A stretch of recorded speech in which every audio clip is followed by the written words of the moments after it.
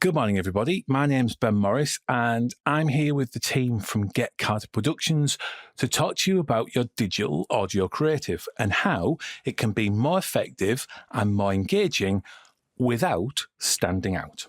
But the first thing we need to do is talk about the W's. Because traditionally, great audio creative comes from a great audio creative brief. And that brief has always had three key questions. Who are we talking to? What do we want them to do? And why should they do it? Now, those questions have always been there to help set the radio creative off on the best possible route to effectively communicate an advertising message. But the thing about those questions is they're all from the advertiser's perspective. Who are we talking to? What do we want them to do? And why should they do it?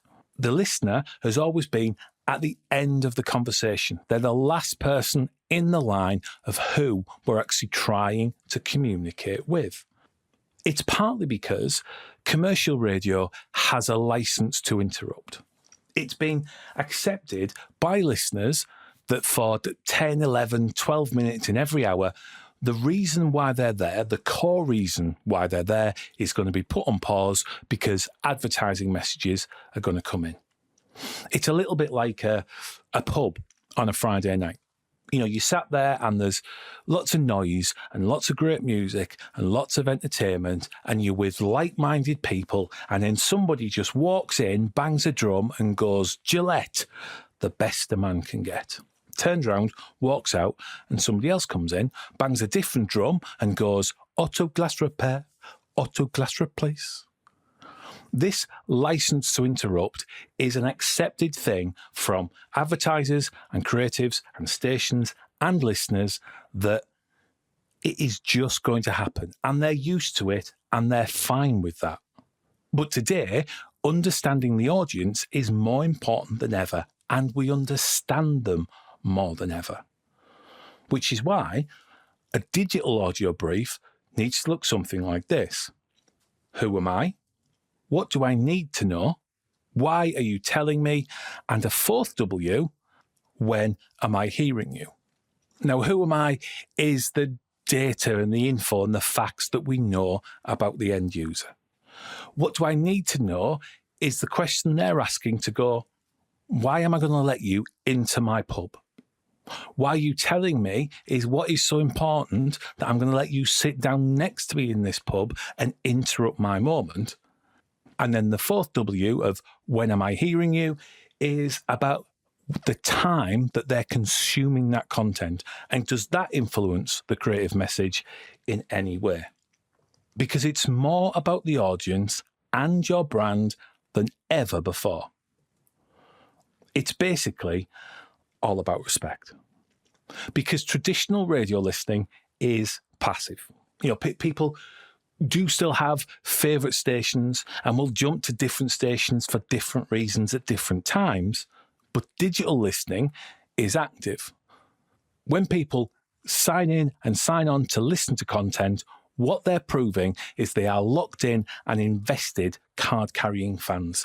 They are revealing things about themselves. So the idea that you need to grab people by the lapels and pull them in just doesn't cut it anymore. Because people aren't leaving the emotional state that they're in when they're listening to things that they are so passionate about. You need to respect the time that people are spending and talk to them in a nuanced way.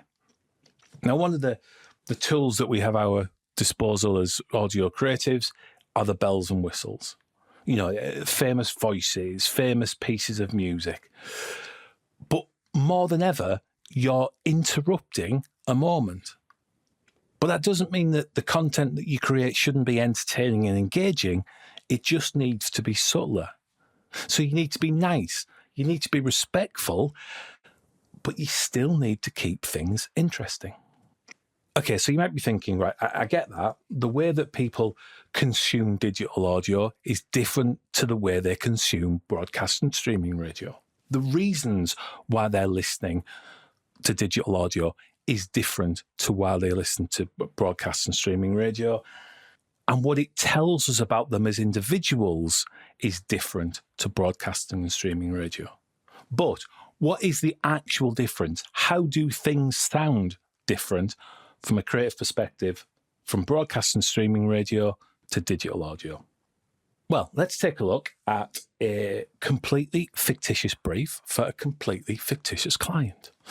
Scores are the second largest indoor and outdoor football destination in Ben Morrisville, population 1. And if they were looking for a radio campaign, their brief would probably look something like this. Who are we talking to? Football fans, 16 plus, who are looking to play with mates or join a league. What do we want them to do? We want to book a pitch online or see our league options. And then why should they do it? What's the key reason? Well, Scores have more pitches than anyone else and 2-for-1 sessions on Wednesdays and Thursdays. So who we're talking to is who in the mass market of commercial radio are we trying to get through? Who are we trying to grab by the lapels and pull them in, pull them back into the moment because we think this will interest them? What do we want them to do is the core information that we want them to take away. And then why should they do it? What's the driver? So for Scores, an advert would sound a little bit like this. This month, it's a game of 4 halves at Scores Soccer. Hire one of our indoor or outdoor 5 or 6-a-side pitches and get the same booking free next week. So, gather your squad, get your game on, then hit the bar for your post-match debrief. 2 games for the price of 1 at Scores Soccer till the final whistle. Search Scores Soccer today. Now, that's a perfectly serviceable radio commercial. And what it's got are all of the 3 pillars that we have at our disposal of sound and music and voice to cut through, to pull people in and to talk directly to football fans. So the voice is a stereotypical football commentator. It's big and it's loud and it's brash and it's designed to really go, this is an advert for football. You know this because it's in that style. The music, if you're of a certain vintage, you'll recognise, but if you don't, what you'll get is that it's upbeat, it's fast, it's pacey, it's got a bit of energy to it to really, again, emphasise that this is within a sporting world. And then the sound effects are the final nail in the coffin to go, okay, we'll have the sound of crowd and ball hitting nets and referees' whistles to really just, every time you hear that ad, go, this is an ad for sport, this is an ad for football. We're trying to grab you, to pull you in, so you listen, so you get what we're talking about. But from digital audio, the brief would be slightly different. Who am I? Well, you're a football fan. We know this, and we know that you're invested in the game and want to play for fun and fitness. What do I need to know? Why am I going to let you come into the pub to talk to me? Well, Scores love football just like you, so come and play. Why are you telling me? Why am I going to allow you to sit down next to me? Well, that's the same reason, the core offer. Scores have more pitches and 2-for-1 sessions on Wednesdays and Thursdays. And now our 4th W, when am I hearing you? Can this influence the creative output? Well, because of how people consume footballing content, it's mostly beginning and end of week, Mondays and Fridays during the season, as the last weekend's games are reviewed and the next weekend's games are previewed. But there's a World Cup coming up, and there is going to be more content than ever before, more touch points, more things to listen to, probably daily during the World Cup. So can that influence the way that we put the message together? So for digital audio, the ad would sound something like this. It's half-time in the podcast, so let's get the latest from Scores Soccer, where this month you can get 2 games for the price of 1. With 5 and 6-a-side pitches, gather your squad and get your game on before hitting the bar for a post-match debrief. And as the teams are out for the second half, let's get you back to the action.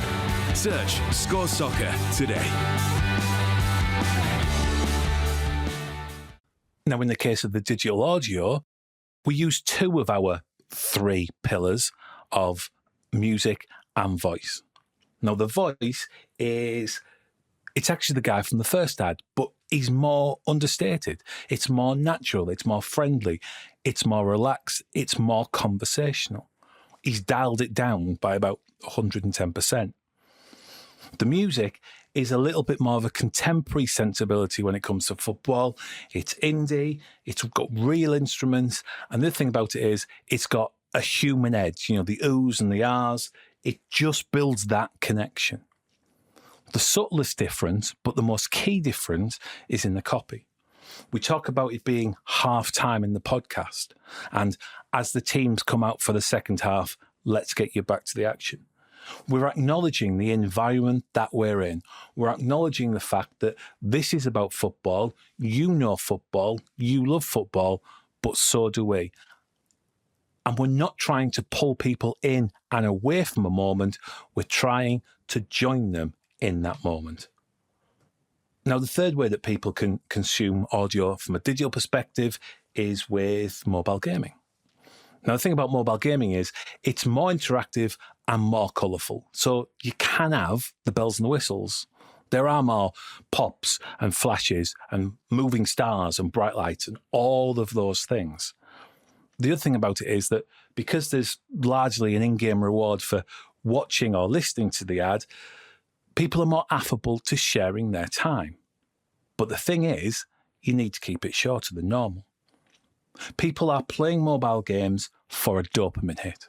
They want the satisfaction of completing a level, starting the next level, learning a new phrase in Spanish, whatever it is, whatever that mobile game is.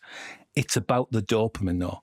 So if you're stopping them getting that dopamine hit, they're going to get bored, they're going to get frustrated, they're going to skip on. So your mobile ad can have bells and whistles, can be a bit louder and brasher, but it needs to be shorter. And that would sound something like this. This month, get 2 games for the price of 1 at Score Soccer. With 5 or 6 aside pitches, gather your squad and get your game on. Search Score Soccer today. Basically, what I'm saying is, don't have one ad for everybody. Because with digital audio, you're not talking to everybody. You can talk to individuals, but those individuals are going to be in different places at different times when they're consuming different pieces of product. So have 3 ads to talk to your audience when they're in those different places. What I'm saying is, when you know who is listening and you situationally tailor what they need to know, they'll understand why you're bothering them and will appreciate when they need to act.